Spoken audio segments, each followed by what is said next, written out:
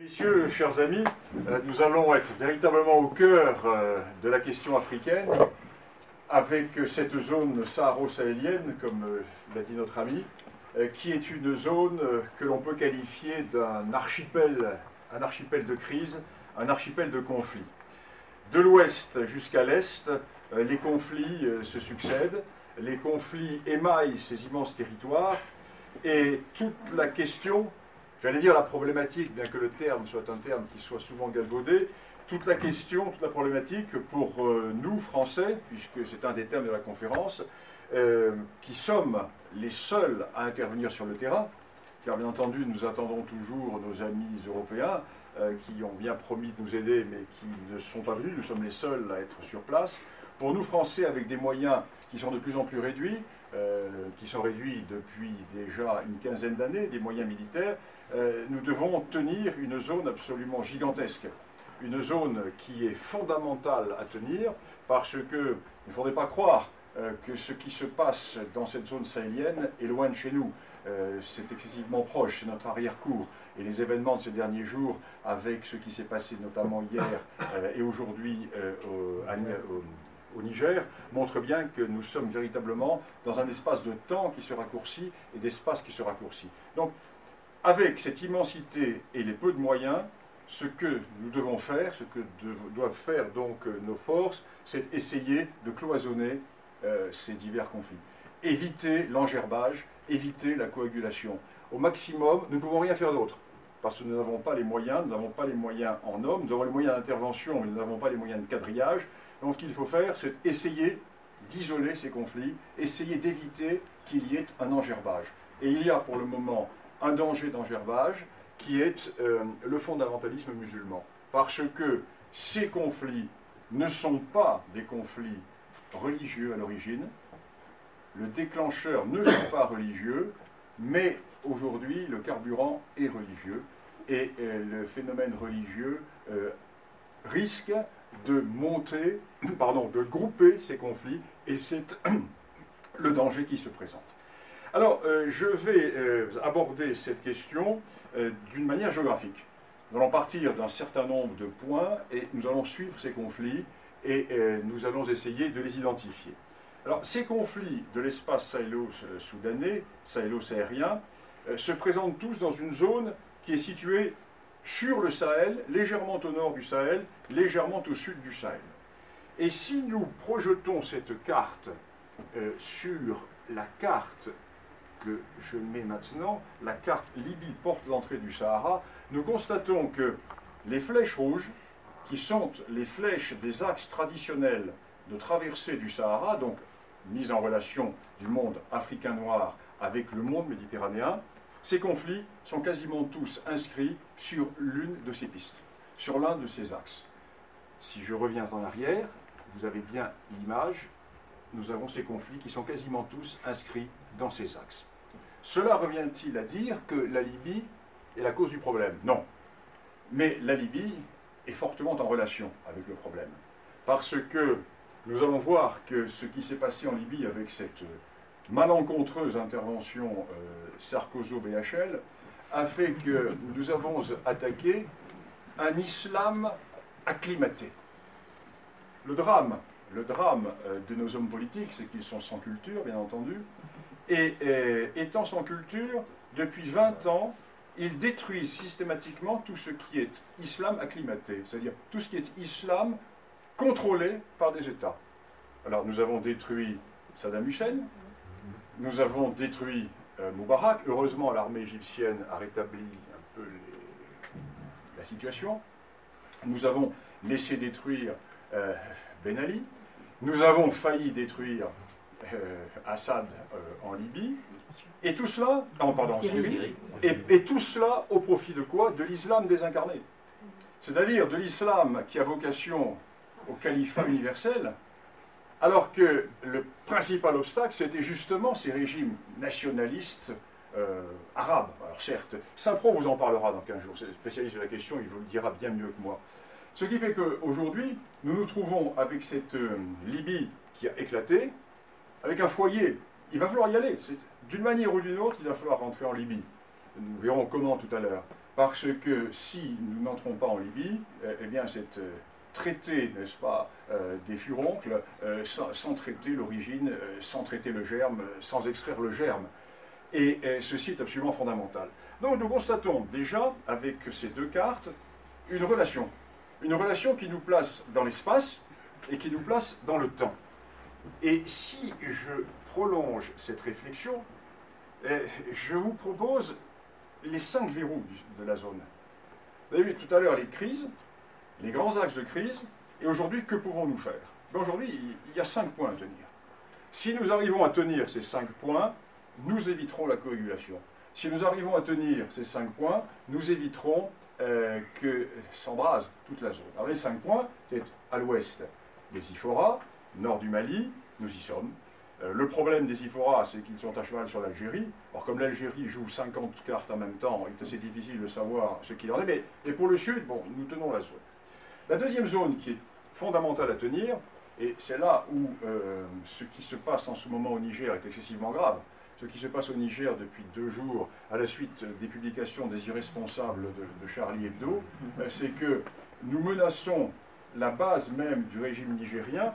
Or, le régime nigérien, eh bien, c'est le Niger notre point d'appui, parce que nous sommes ici sur Madama et sur la région de la Passe Salvador, qui est la zone qui est le verrou septentrional de toute cette zone.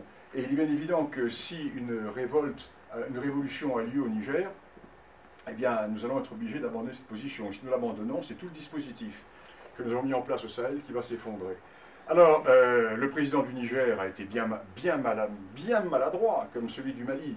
Ils se sont laissés gagner par l'émotion, l'émotionnel, j'allais dire par la féminisation de la pensée, et ils ont eu l'émotionnel qui a pris le pas sur la raison, et ils sont venus au premier rang de cette manifestation. Et ils ont signé quasiment leur arrêt de mort, parce qu'ils sont considérés maintenant comme des ennemis de l'islam. L'on dit partout dans ces pays. Comment les chefs d'État ont défilé derrière une caricature qui montre Mahomet en train de sodomiser un cochon? Parce que dans le défilé, il y avait un dessin de Mahomet en train de sodomiser un cochon. Mais imaginez cette provocation, c'est absolument scandaleux. Et aujourd'hui, nous risquons de payer ce genre de choses avec les révolutions qui se préparent dans ces régions. Et la situation est excessivement grave. Le troisième verrou, ben là nous n'y sommes pas, c'est le verrou de Weynat qui est sur le Soudan, l'Égypte. C'est un verrou que nous ne tenons pas. Et plus au sud, il y a 2 autres verrous qui sont fondamentaux. Là nous y sommes. Le verrou du lac Tchad, le carré du lac Tchad, qui lui permettra d'éviter, si nous le tenons, la communication de Boko Haram. Nous y viendrons tout à l'heure. Et puis alors un autre verrou qui est fondamental et qui a été abandonné à l'époque du président Sarkozy, c'est le verrou de Birao dans le nord de la Centrafrique, qui est absolument essentiel. Qui tient Birao tient la Centrafrique. Or nous avons évacué Birao il y a quelques années, ce qui fait que l'invasion s'est faite par le nord, les Soudanais ont envahi jusqu'à Bangui, d'où les événements de Centrafrique. Alors, tous ces éléments sont liés, n'est-ce pas? Je vous ai fait une présentation générale. Nous allons maintenant essayer d'approfondir ces divers points. Revenons à la Libye. La Libye, entendons-nous bien, n'est pas la cause du problème. Il est évident que si demain la Libye retrouvait la paix, cela ne réglerait pas les problèmes sahéliens. Le problème du Mali n'a pas de lien avec la Libye. Le problème du Mali, c'est le problème des Touaregs et des Nordistes qui ne veulent pas être dominés par les sudistes. Donc ça a toujours existé. C'est un problème qui est antérieur. Mais il se trouve que l'éclatement de la Libye a fait que les irrédentistes et les islamistes ont pu avoir des soutiens ici ou là. Donc la question de la Libye réglée ne stopperait pas l'incendie sahélien, mais permettrait du moins de le contrôler, permettrait du moins de le limiter, permettrait du moins de le freiner. Alors la question libyenne, c'est une question qui est tout à fait passionnante. C'est une question passionnante, pourquoi? Parce que nous voyons le télescopage entre une idéologie totalement désincarnée, la nôtre, et une réalité tribale qui relève quasiment de la marqueterie. Et dans ce jeu d'alliance tribale, nous sommes intervenus d'une manière totalement artificielle et totalement incongrue avec la guerre Sarkozo-BHL qui a été déclenchée contre le colonel Kadhafi. Alors, attention, je ne juge ni ne blâme, hein, je ne porte pas de jugement, je ne défends pas le colonel Kadhafi, ce n'est pas mon problème, l'historien ne porte pas de jugement, l'historien constate. Je constate avec étonnement que tant que Kadhafi était notre ennemi, nous l'avons supporté. Tant que Kadhafi nous faisait sauter des avions, tant qu'il sautait des bombes un peu partout, nous l'avons supporté. Et le jour où Kadhafi est devenu notre allié, à la fois contre les islamistes, contre les trafiquants de drogue et contre l'immigration clandestine, nous l'avons abattu. Alors, cherchez la logique, je ne l'ai toujours pas trouvée, et il faudra un jour que les historiens se penchent sur ces raisons profondes qui ont fait que nous sommes allés attaquer ce régime qui, et certes, n'était pas un régime de parangon de vertu, mais tout de même qui au moins avait un avantage pour nous, qui était de maintenir l'ordre. Or, Kadhafi, le colonel Kadhafi était un personnage intéressant. Un personnage intéressant pourquoi? Parce qu'il était originaire de cette partie de la Libye. La Libye, ce sont deux ensembles, la Tripolitaine, la Cyrénaïque. Ensemble quasiment désertique, sauf des plaines côtières, des petits massifs. Et vous avez un doigt d'oasis qui se prolonge vers le sud, vers le Niger, sur l'axe du Niger, sur l'axe du Tchad. Et les couloirs de transhumance se faisaient ici, de la Méditerranée au lac Tchad. Et le colonel Kadhafi appartenait à une tribu, les Khadaffa, qui est une petite tribu par le nombre, mais qui est une tribu intéressante, car c'est une tribu de grands nomades. Alors les grands nomades, je le dis souvent, c'est pas par la taille qu'on les distingue, mais le grand nomade, c'est celui qui a le dromadaire, dans l'Afrique traditionnelle. Le dromadaire, c'est-à-dire le véhicule qui lui permet de traverser le désert. Parce que le petit nomade élève des chèvres, élève des moutons, et il est collé au littoral. La famille du colonel Kadhafi traversait toute cette Afrique et avait des relations à la fois avec les Touaregs, à la fois avec les Toubous et avec les populations du lac Tchad. Donc le colonel Kadhafi est un homme de l'intérieur, un bédouin, qui ne regardait pas la mer. Kadhafi disait j'ai été élevé à 20 km de la mer, mais j'ai vu la mer quand je suis entré à l'académie militaire. Nous, bédouins, nous méfions de la mer. Aujourd'hui, les groupes qui dirigent la Libye sont des groupes du littoral. Ce ne sont plus les bédouins, ce sont les citadins. C'est une toute autre mentalité.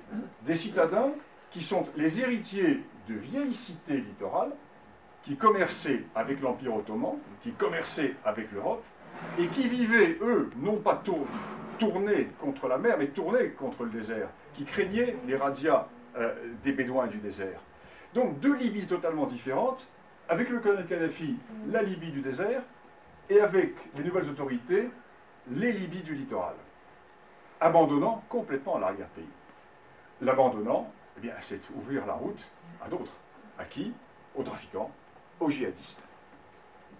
Premier élément original du colonel Kadhafi. Deuxième élément original, les tribus de Libye sont groupées en trois grandes confédérations. Et ça, bien entendu, on va demander à BHL de le savoir, et encore moins à Sarkozy.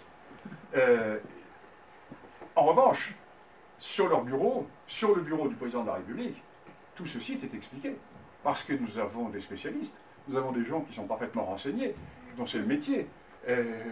Dans les jours qui ont précédé l'intervention en Libye, le président Sarkozy avait sur son bureau quasiment le descriptif de ce qui allait se passer aujourd'hui. Il n'en a pas tenu compte. Donc, deux grands ensembles tribaux. Un ensemble en Cyrénaïque, un ensemble en Tripolitaine. Deux grands ensembles tribaux arabes. Des tribus arabes qui arrivent au XIe, XIIe siècle. Auparavant, tout le pays est berbère. Et ces tribus arabes vont, les plus anciennes, s'installer en Cyrénaïque, et au siècle suivant, celle qui arrive, la place de Cyrénaïque étant prise, s'installe ici en Tripolitaine. Et ces tribus vont constituer deux grands systèmes d'alliance, séparés l'un de l'autre, qui n'auront jamais de lien entre eux. Il va falloir attendre le XXe siècle pour que ces deux ensembles tribaux s'interpénètrent. Et un troisième ensemble se compose, que vous voyez ici avec un rectangle noir sur la carte, c'est ce qu'on appelle l'Alliance du littoral. Alors cette Alliance du littoral est composée de villes et de tribus du littoral qui, elles, à partir du XVe siècle et surtout au XVIe, vont être tournées vers la Turquie. Ce sont les seules zones que vont contrôler les Ottomans pendant la grande période de contrôle turc de la Libye. Le reste de la Libye va leur échapper, à l'exception de quelques tribus qui sont des tribus qui sont leurs tribus de police. En arabe, on dit les tribus marsen, donc les tribus qui servent l'État. Voilà donc les trois grands ensembles tribaux. Or, le colonel Kadhafi, qui appartenait à cet ensemble tribal, va, par son mariage, agglomérer l'ensemble tribal de Cyrénaïque. On peut donc dire que le seul moment dans l'histoire de la Libye où il y a eu une union des tribus, c'était à l'époque de Kadhafi.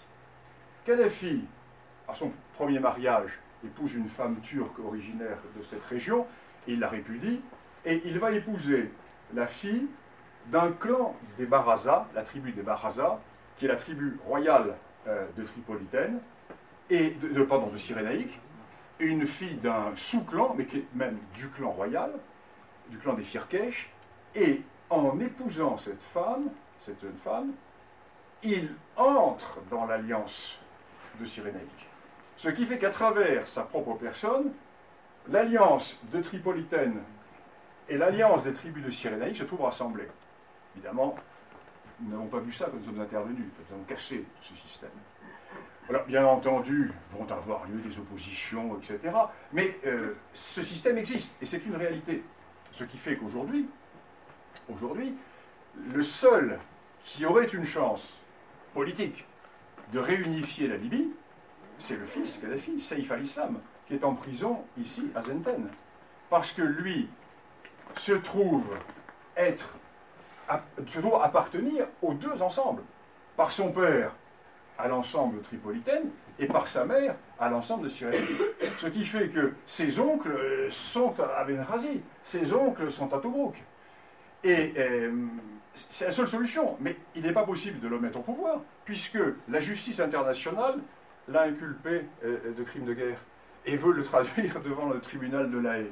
Donc nous sommes dans un système totalement fou, totalement européocentré, avec nos propres définitions, nos propres conceptions qui ont été plaquées sur ce système libyen, qui ont complètement fait éclater cette marqueterie tribale, qui fait qu'aujourd'hui, eh bien, il n'y a plus rien. Aujourd'hui, il y a une anarchie totale. Alors, j'allais dire, l'anarchie totale, c'est encore pas trop grave. C'est encore pas trop grave. Mais le grand danger, c'est que nous nous retrouvions très exactement dans la même situation qu'en Irak et que dans une partie de la Syrie, et que dans la Somalie, quand à partir d'un certain moment, l'anarchie est telle qu'arrive une force agglomérante, qu'arrive une force coagulante. Et quelle est cette force? Eh bien, c'est l'islamisme fondamentaliste. Et c'est ce qui se passe en ce moment en Libye. Car l'anarchie libyenne est en train de se transformer en conquête du pouvoir par les islamistes fondamentalistes. Deux guerres se déroulent. Une guerre en Cyrénaïque, une guerre en Tripolitaine. La guerre de Cyrénaïque, à mon avis, va être sous contrôle. Tout simplement parce que les deux grosses bases des islamistes sont Darna et Benghazi, mais il y a l'Égypte qui est là. Et l'Égypte ne peut pas laisser se développer à ses frontières un foyer, d'autant plus que l'Égypte a de gros problèmes au Sinaï, et que le terrorisme islamique est très fort en Égypte, il y a des attentats tous les jours. Ce qui fait que, d'une manière ou d'une autre, le maréchal Sissi va intervenir. Il y est déjà, les troupes égyptiennes sont déjà sur place. D'une manière ou d'une autre, je pense qu'à moyen terme, la situation en Cyrénaïque devrait être sous contrôle, mais pas en Tripolitaine. En Tripolitaine, ce qui se passe en ce moment, c'est la tentative de conquête par les islamistes alliés à la ville de Misrata. Alors ça, c'est le cœur du problème. C'est le cœur du problème libyen. Pourquoi? Misrata est une vieille cité intellectuelle, une vieille cité marchande, qui était la ville principale dans la Libye d'avant la colonisation. La ville principale, pourquoi? Parce que c'était la ville qui était le plus tournée vers la Turquie. Et Misrata était un peu la capitale de ce que l'on appelle les Koulouglis. Alors les Koulouglis, qu'est-ce que les Koulouglis?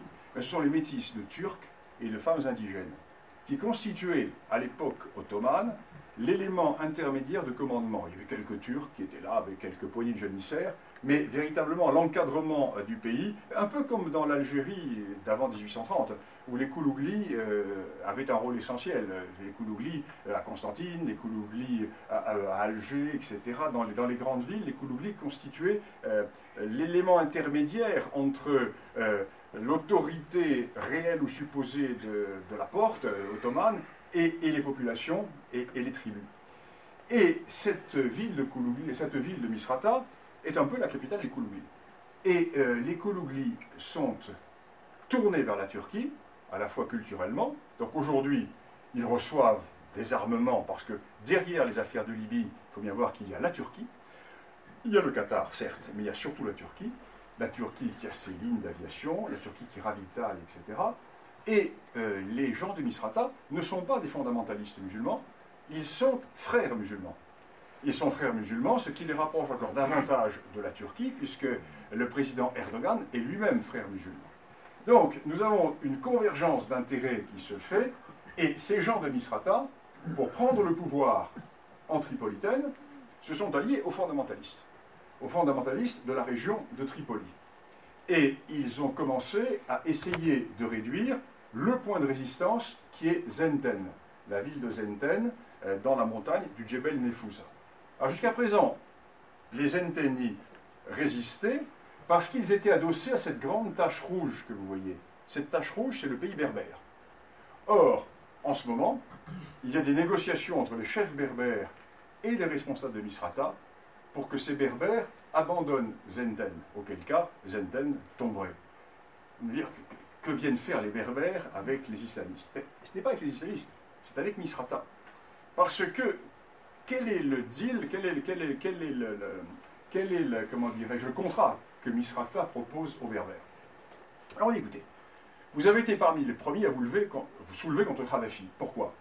Parce que Kadhafi était un nationaliste arabe qui a totalement mis de côté votre revendication berbère, au nom de l'arabisme, au nom du nationalisme arabe.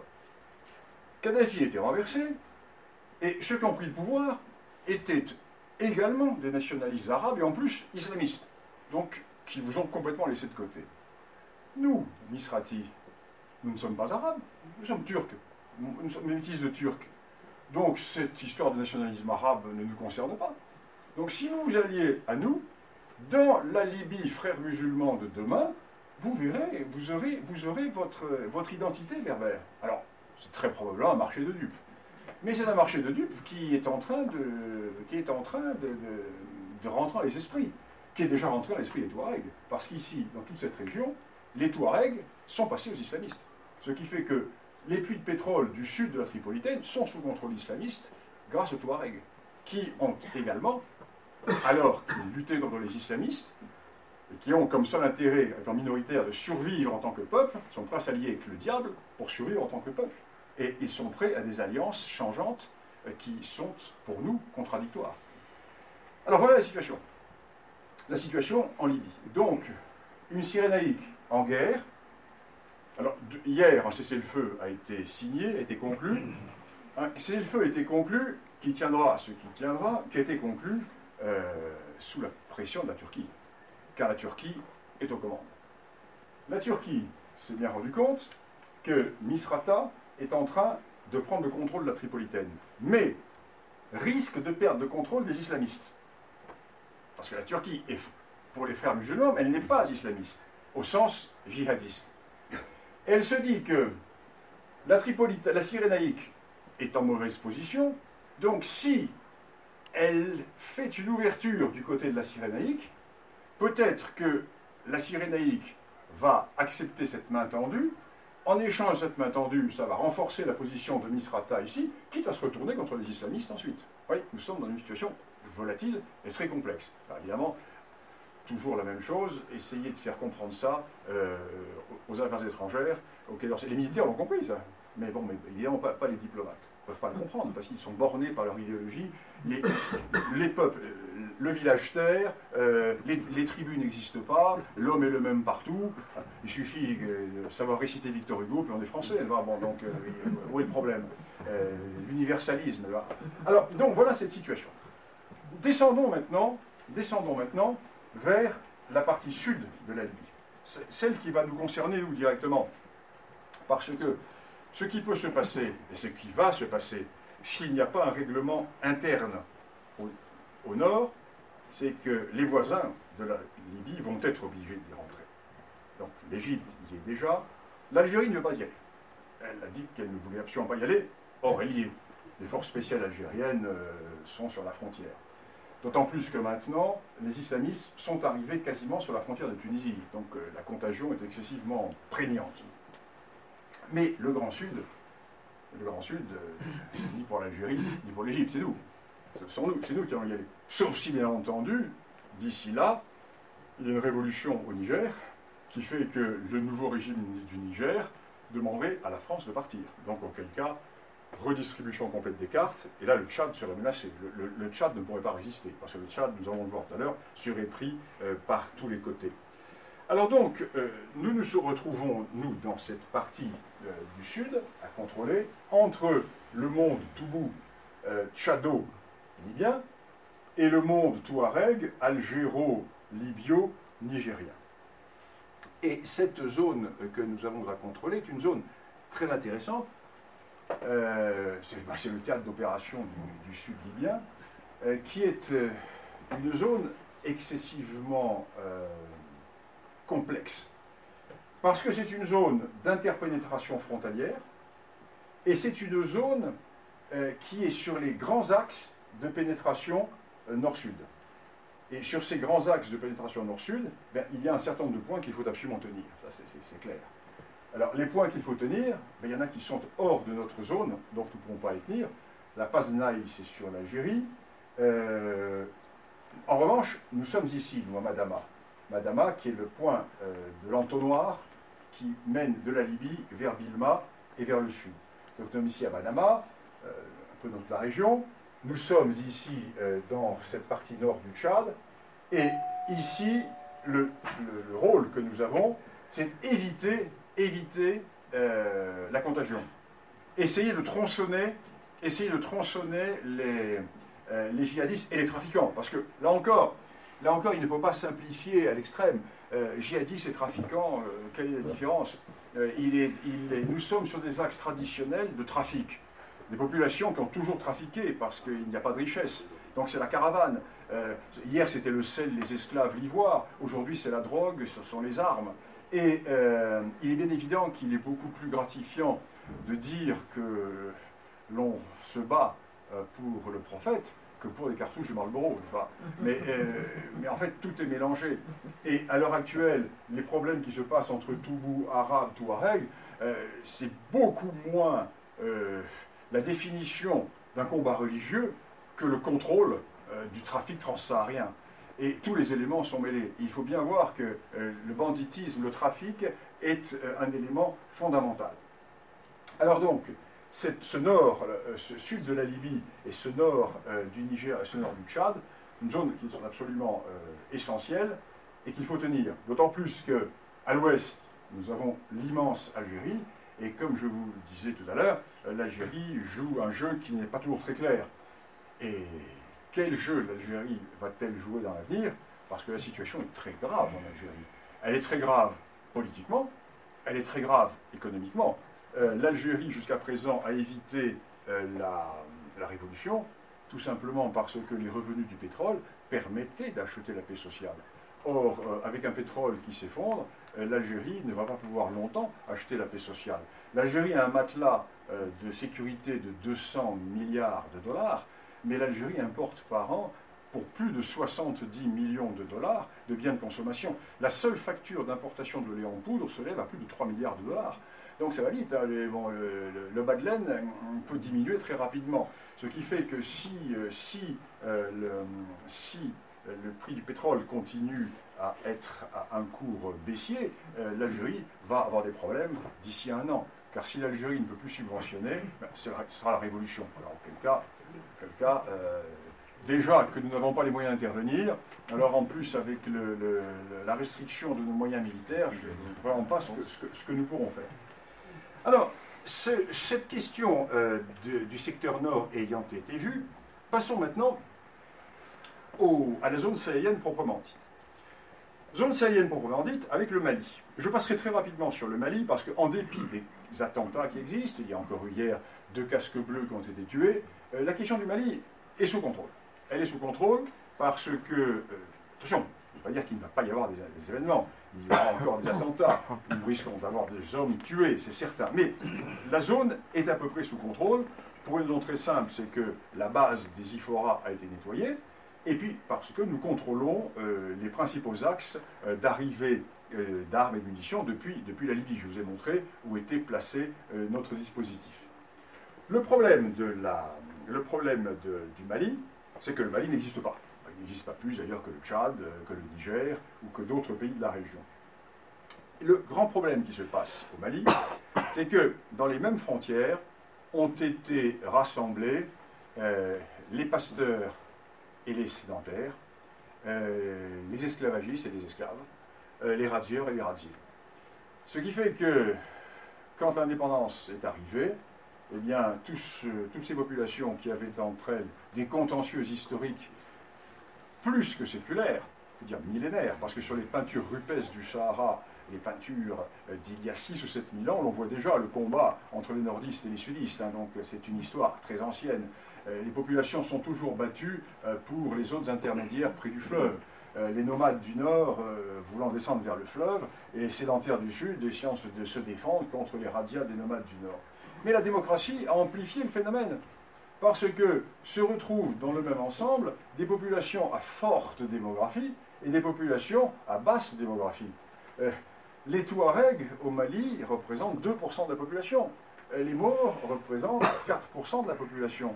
Donc, dans un système démocratique, l'ethnomathématique fait que la démocratie, c'est l'addition, fait qu'automatiquement, les plus nombreux l'emporteront toujours sur les moins nombreux. Et dans le système démocratique, la majorité a tous les droits. Comme le système de séparation des pouvoirs n'existe pas en Afrique, et comme les équilibres entre les forces n'existent pas, eh bien, les sudistes ont le pouvoir depuis les indépendances, et ils se sont vengés sur les nordistes. La vieille vengeance des sudistes contre les nordistes qui, pendant des millénaires, les avaient razziés, exploités, réduits en esclavage, etc. Donc, très rapidement, les nordistes se sont soulevés. Les nordistes, dont les Touaregs. Alors les Touaregs, c'est la zone bleue. Les Touaregs ont réussi un très bon mouvement de communication dans nos pays en parlant de l'indépendance de l'Azawad. L'Azawad, c'est-à-dire ce qu'on appelle le Mali du Nord. Oui, mais manque de chance, l'Azawad n'est pas Touareg. Il y a 3 Azawads. La partie Touareg de l'Azawad n'est qu'une petite partie, c'est la partie bleue, c'est la partie des Ifora et qui remonte vers l'Algérie. La plus grande partie territoriale de l'Azawad, qui est en jaune, elle est morte, c'est-à-dire peuplée de populations apparentées à celle de Mauritanie, ce ne sont pas les Touaregs, et traditionnellement ce sont des ennemis. D'ailleurs, lorsque la conquête du Sahara, des bastions centraux du Sahara s'est faite par la France, elle s'est faite contre les Touaregs grâce aux Arabes, car ce sont les supplétifs Chamba, les maharistes Chamba, qui nous ont permis de réduire les Touaregs. Donc, vous voyez, il y a une complexité que seul un Lyoté pourrait comprendre, bien sûr pas un Bernard-Henri Lévy, et donc dans cette complexité-là, à la limite, il faut des officiers des affaires indigènes pour essayer de s'y retrouver, mais pas nos cerveaux à nœuds du Quai d'Orsay. Et il y a un troisième Azawad, qui est l'Azawad du fleuve, le rouge. Et l'Azawad du fleuve, c'est un Azawad composite, parce qu'il y a toutes les populations noires de l'Afrique de l'Ouest. Et il y a des Touaregs, oui, mais les Touaregs qui sont des pseudo-Touaregs, ce sont les Imrad. Les Imrad qui sont les Touaregs noirs, qui n'ont rien de Touareg, sauf la culture. Ce sont les anciens tributaires des Touaregs du Nord, qui gardaient les troupeaux à l'époque de la migration, car les Touaregs du Nord ne voulaient pas aller vers le fleuve parce qu'il y avait des maladies. Donc, recrutant des populations locales, qui eurent un statut supérieur parce qu'elles étaient les populations qui étaient les alliés aux Touaregs, elles se sont touareguisées en quelque sorte.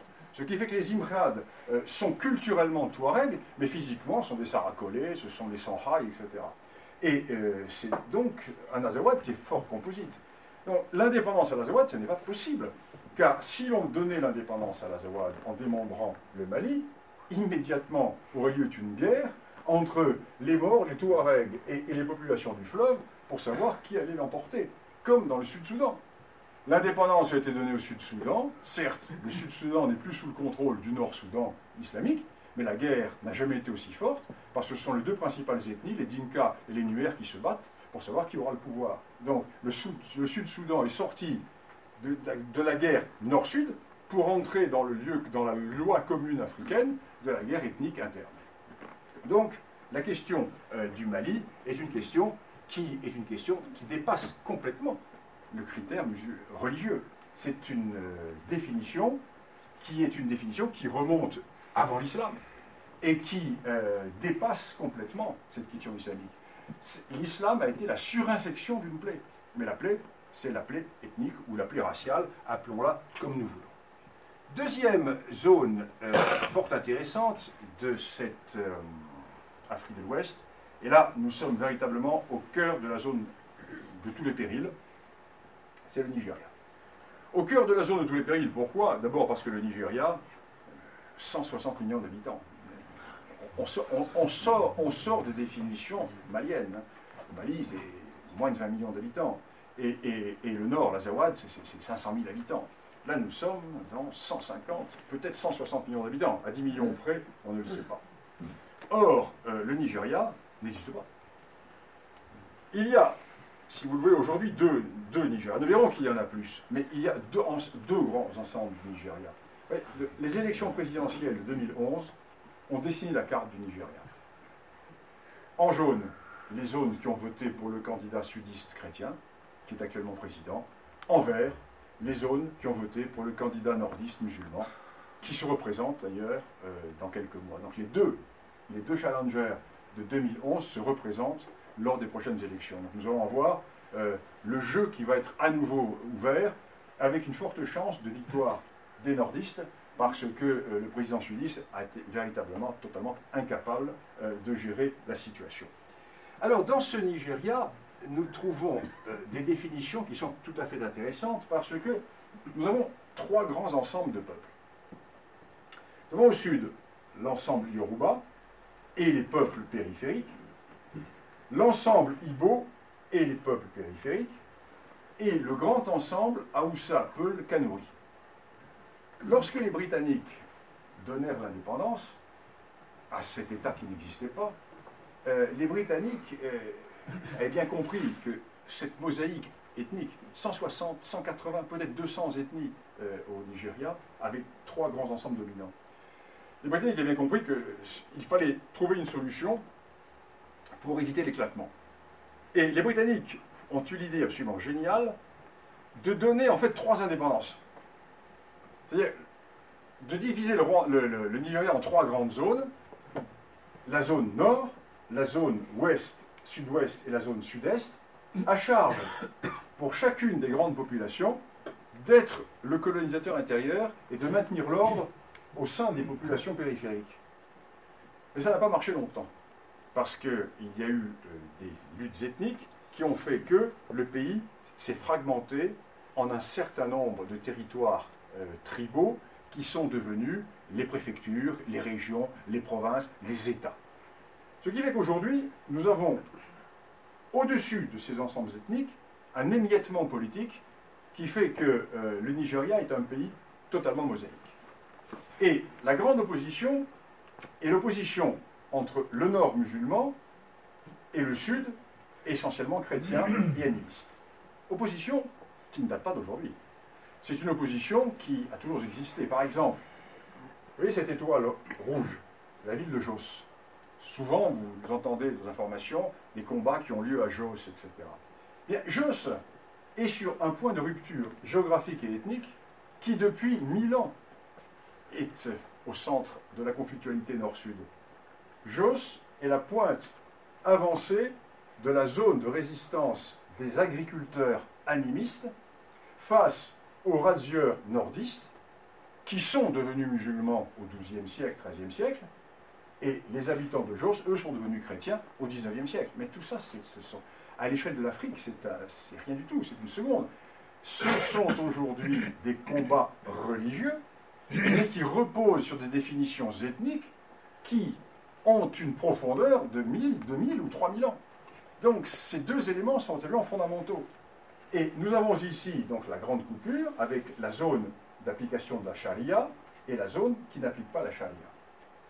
Et il y a une dizaine d'années, la vie politique du Nigeria a été totalement bouleversée. Pourquoi? Jusque-là, le Nord dominait.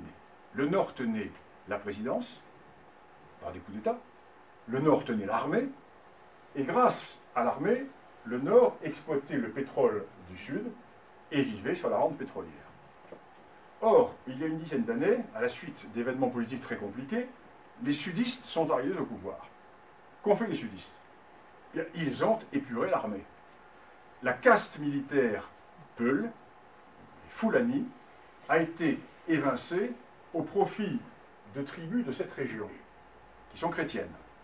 Ce qui fait que l'armée nigériane, qui était une armée nordiste et musulmane, est devenue une armée à plus de 50% sudiste et chrétienne. Imaginez, dans les régions à forte identité musulmane du Nord, les soldats noirs, sudistes, que les hommes du Nord considèrent comme les descendants de leurs anciens esclaves, venir maintenir l'ordre. Ce n'est pas possible. C'est pas possible. Ce qui fait que l'armée du Nigeria est totalement inefficace dans cette zone nord face à Boko Haram. Alors Boko Haram, mouvement très intéressant. Alors ce sont des fous furieux, bien sûr, mais cela repose sur quelque chose. Ce n'est pas un mauvais génie qui s'est échappé d'une bouteille, n'est-ce pas? Ça repose sur quelque chose. Il y a une tradition dans ce Nigeria du Nord, une vieille tradition djihadiste, qui remonte au XIIe, XIIIe siècle. Les royaumes djihadistes, les califats, qui existent depuis le XIIe, XIIIe siècle. Non pas le califat universel, au sens djihadiste aujourd'hui, mais les califats incarnés dans des royaumes. Sokoto, Kano, Yola, Maïdougouri. Et c'est une zone de profond fondamentalisme islamique. Donc ce n'est pas une nouveauté. Or, à partir du moment où les sudistes eurent pris le pouvoir, certains hommes politiques nordistes, notamment autour du sultanat de Sokoto et autour de Kano, ont instrumentalisé Boko Haram, qui existait sous un autre nom. Mais il y a toujours eu des bandits de grand chemin qui se réclamaient du djihad et qui animaient cette région. Et ils ont instrumentalisé Boko Haram, pourquoi? Pour déstabiliser le régime du président chrétien dans le sud, pour montrer qu'il est absolument incapable de gouverner le pays. Mais ce qui s'est passé, c'est que la créature a échappé à ses créateurs. Et le mouvement s'est produit il y a 1 an et demi, 2 ans à peu près. Il y a 1 an et demi, 2 ans, les leaders de Sokoto, du califat de Sokoto, vieux califat, qui avait longtemps résisté aux Anglais, se sont dit, là, c'est plus possible, parce que l'islam qu'ils sont en train de mettre en place, c'est pas le nôtre. C'est un islam totalement désincarné, qui ne tient absolument pas compte de ce que nous sommes, nous, dans nos sultanats, etc. Nous allons essayer de les contrôler. Ce qui explique pourquoi, depuis 1 an et demi, les chefs politiques et religieux musulmans du Nord sont assassinés les uns après les autres. Ce qui explique l'attentat à la mosquée de Sokoto il y a quelques semaines avec ces centaines de morts. Parce que Boko Haram a voulu terroriser cette région de façon, attention, il faut rester avec nous, autrement, regardez de quoi nous sommes capables. Et nous sommes capables de tout. Alors aujourd'hui, que se passe-t-il? Eh bien, une évolution tout à fait intéressante. On peut dire que le Nord s'est coupé en deux. Aujourd'hui, Boko Haram n'est plus un mouvement nordiste. C'est un mouvement d'une partie du Nord. De quelle partie du Nord? Et voilà les conséquences avec les régions qui nous intéressent. C'est un mouvement de cette région-là. Pourquoi de cette région? Car c'est un mouvement qui est lié à l'ethnie des Kanouris. Les Kanouris, l'ancien royaume du Kanem-Bornou. L'ancien royaume du Kanem-Bornou qui englobait cette partie du Tchad et qui remontait jusqu'à Bilma et qui remontait presque jusqu'à la frontière de Libye. Vous voyez les connivences intellectuelles, historiques, etc. Et aujourd'hui, 90% des prisonniers Boko Haram sont des Kanouris. 90% des hommes de Boko Haram qui sont tués par l'armée nigériane ou par l'armée camerounaise ou par l'armée tchadienne, ce sont des Kanouris. Donc il y a un ethnocentrisme Boko Haram sur le mouvement Kanouri, sur l'ethnie Kanouri. Le problème, c'est que les Kanouris se retrouvent dans le nord du Cameroun, ils se retrouvent essentiellement dans cette partie nord du Tchad et dans toute cette partie du Niger. Et jusqu'à présent, le Niger n'avait pas bougé.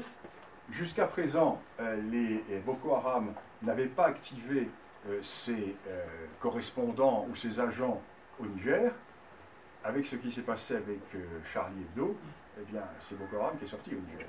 On a vu sortir les drapeaux de Boko Haram dans les villes du Niger, et cela prouve donc que Boko Haram va s'intéresser maintenant à cette zone du Niger. Alors, s'il faut que nous intervenions au sud du Liban, au sud Libye, dans le sud de la Libye, et s'il faut que nous intervenions maintenant dans le nord du Nigeria, ça va faire quand même beaucoup de choses, parce que le Nigeria, c'est quand même un gros morceau.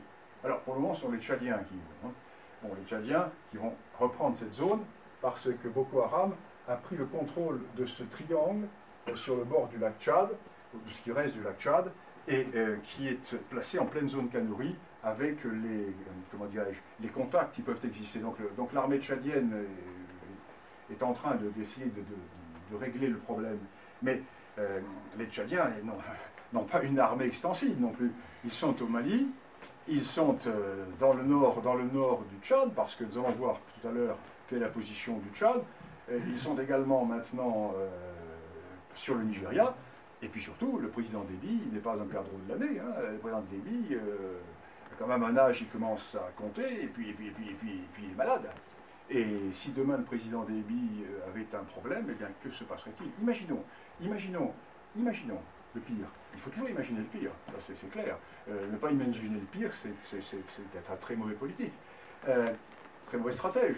Imaginons qu'une révolution ait lieu à Niamey dans les jours qui viennent. Imaginons que le week-end prochain, Charlie Hebdo ressorte une autre caricature aussi criminelle que les précédentes. Imaginons que ça jette de l'huile sur le feu au Niger, que le président du Niger soit renversé. Et imaginons que dans 3 mois, Idriss Déby est un infarctus ou se tue en hélicoptère. Eh bien, tout explose. On ne contrôle plus rien du tout. Là, il faut ramener les nôtres. On ramène les nôtres, on les met sur les beaux bateaux qu'on n'a pas vendus aux Russes et on rentre. Hein. Mais autrement, ce sera absolument intenable. Absolument intenable. Alors, continuons notre petit tour d'horizon. Et je vais rapidement passer. Le Tchad. Le Tchad, force et faiblesse. Verrou et grenade dégoupillée. Parce que le Tchad est entouré de problèmes. Nous en avons eu la plupart. Bon, il y en a 2 dont je n'ai pas parlé. C'est le problème avec le Soudan, avec le Darfour. La guerre a toujours lieu. Le problème avec la Centrafrique. Parce que, là encore, nous avons une responsabilité, enfin nos hommes politiques ont une responsabilité terrible.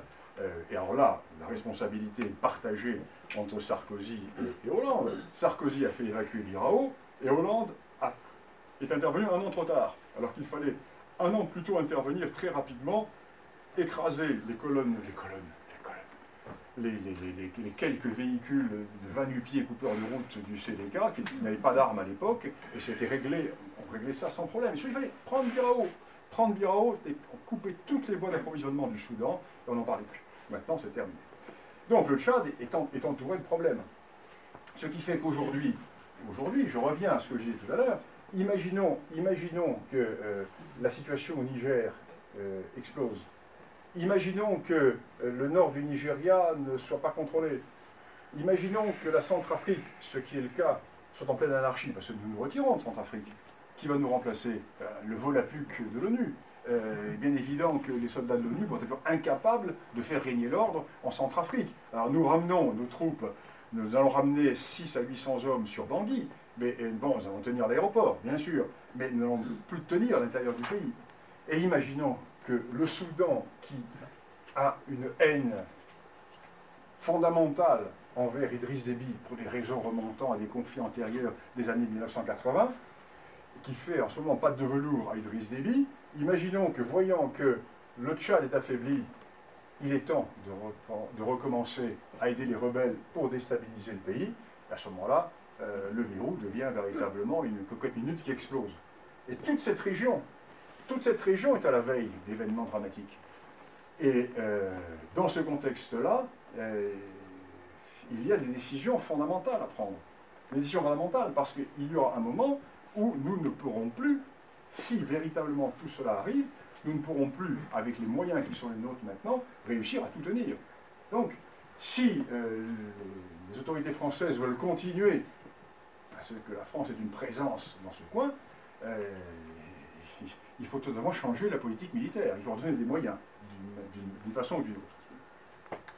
Alors, je vais en terminer maintenant avec le dernier. Oui, alors donc toujours pour le Tchad. Le Tchad est un pays qui est également menacé par sa mosaïque ethnique interne. Alors, le nord du Tchad, avec les Toubous, les Zahawa, et tout le sud du Tchad, qui est le centre, qui est une mosaïque. Alors, toute l'histoire contemporaine du Tchad est une histoire qui est paradoxale. Parce que, depuis 30 ans, ce sont 5 à 6% de la population tchadienne qui tiennent le pays. Tout se passe entre les Toubous et les Zahawa. Les autres ne comptent pas. Et 90% de la population ne compte pas. Ce sont ces deux peuples du Nord qui sont en guerre périodiquement pour savoir qui va avoir le pouvoir. En ce moment, ce sont les Zahawa. Pendant longtemps, ce furent les Toubous. Et ce sont ces ethnies du Nord qui contrôlent l'ensemble de la zone. Et quand on nous parle aujourd'hui de l'armée tchadienne, non, il n'y a pas l'armée tchadienne. Il y a la garde Zahawa du président Déby et quelques contingents Toubous. Quelques unités arabes, mais c'est tout. L'armée tchadienne, c'est opérationnel, c'est quelques milliers d'hommes. L'essentiel de l'armée tchadienne, comme les autres armées africaines, à peu près inopérante. Donc le Tchad est également un pays potentiellement sur lequel il est difficile de baser une politique de sécurité, car c'est un pays fragile. Alors j'en terminerai avec le dernier pays de la zone, la Centrafrique. Alors, la Centrafrique, c'est là encore cas de figure tout à fait intéressant parce que nous avons un pays qui n'existe pas, découpé, l'ancienne Oubangui-Chari, et un pays dont une grande partie des ethnies sont à cheval sur les zones périphériques. Alors, les ethnies du Sud, qui furent au pouvoir pendant 30 ans, sont à cheval sur la République démocratique du Congo, les ethnies de l'Ouest sont à cheval sur le Cameroun et sur le Tchad, et les ethnies qui, à l'heure actuelle, constituent le Sénéka, les Runga et les Goula, sont dans le nord et à cheval sur le Tchad et le nord-Soudan. Alors, ce qui s'est passé, c'est que, traditionnellement, dans l'histoire de la région, les populations du nord, du Soudan et du nord du Tchad, radiaient le sud vers le fleuve, le long de cet grand axe, qui était l'axe qui passait par Sibut et vers Bangui, enfin qui n'existait pas à l'époque, pour venir radier les populations du sud, radier les populations du fleuve. La colonisation a empêché cela. La colonisation française est arrivée au moment où toute cette partie du Tchad, de la Centrafrique avait été dépeuplée par les esclavagistes, et ces populations sont converties au christianisme. Ce qui explique qu'il n'y a pas de musulmans indigènes en Centrafrique. Il y a 10% de musulmans, mais ce ne sont pas des Centrafricains, ce sont des Camerounais, ce sont des Tchadiens, etc. Les quelques pourcents de musulmans centrafricains, 2%, ce sont les Runga et les Goula, mais qui sont islamisés que depuis les années 1945-1948. Donc, ces populations se sont converties au christianisme dans la vague d'avancée de la colonisation pour bien montrer leur opposition à ces populations nordistes et musulmanes qui les radiaient. Aujourd'hui, quand le Séléka a foncé vers le sud, dans la mémoire collective des populations du sud, c'était le retour des esclavagistes. Parce que nous vivons dans des mondes sans mémoire, des mondes sans histoire au sens sans passé. Nous ne savons pas ce qui s'est passé il y a 10 ans, il y a 15 ans, une activité chasse l'autre. Pas du tout dans ces pays d'Afrique. Ces razzias qui avaient lieu dans les années 1880, c'était hier pour eux. Souvent, vous savez, par exemple, en Swahili, hier, le passé, c'est Zamani. Zamani, c'est tout à l'heure, quand j'ai posé mon manteau, comme ça pouvait être tout à l'heure quand cette maison était construite. Hein. Bon, donc vous avez une profondeur de temps qui n'est pas la même. Et pour eux, c'était le retour des esclavagistes. Avec en plus une attitude des gens du Séléka, qui était de ne pas s'attaquer aux commerçants musulmans, mais de s'attaquer aux populations chrétiennes. Donc, pour eux, c'est exactement cette idée qui est arrivée. Alors ensuite, quand les troupes françaises sont arrivées, les gens du Sud se sont vengés. Alors bien, c'est le banditisme le plus total. Et ce qui au départ était une razzia de coupeurs de route vers le Sud, que nos autorités politiques, avec une irresponsabilité totale, ont laissé faire. C'était quelques centaines d'individus. On pouvait les arrêter, mais sans aucun problème. On l'avait déjà fait plusieurs fois dans cette région de Biraou. Donc, sont arrivés dans le sud, et ce qui était une expédition de coupeurs de route musulmans est devenu une guerre religieuse, avec, bien entendu, toutes les implications, toutes les imbrications qui se passent. À ça viennent s'ajouter les migrations pastorales des Peuls, qui se font le long de la ligne frontière entre les zones ethniques, avec des combats dans tous les sens. La Séléka qui aujourd'hui a éclaté en trois grands ensembles, l'ensemble de Bria, l'ensemble de Bambari, puis un ensemble plus au sud. Donc une anarchie complète. Alors là encore, de l'anarchie, que peut-il naître? Le danger, c'est qu'une organisation quelconque vienne coiffer cette anarchie.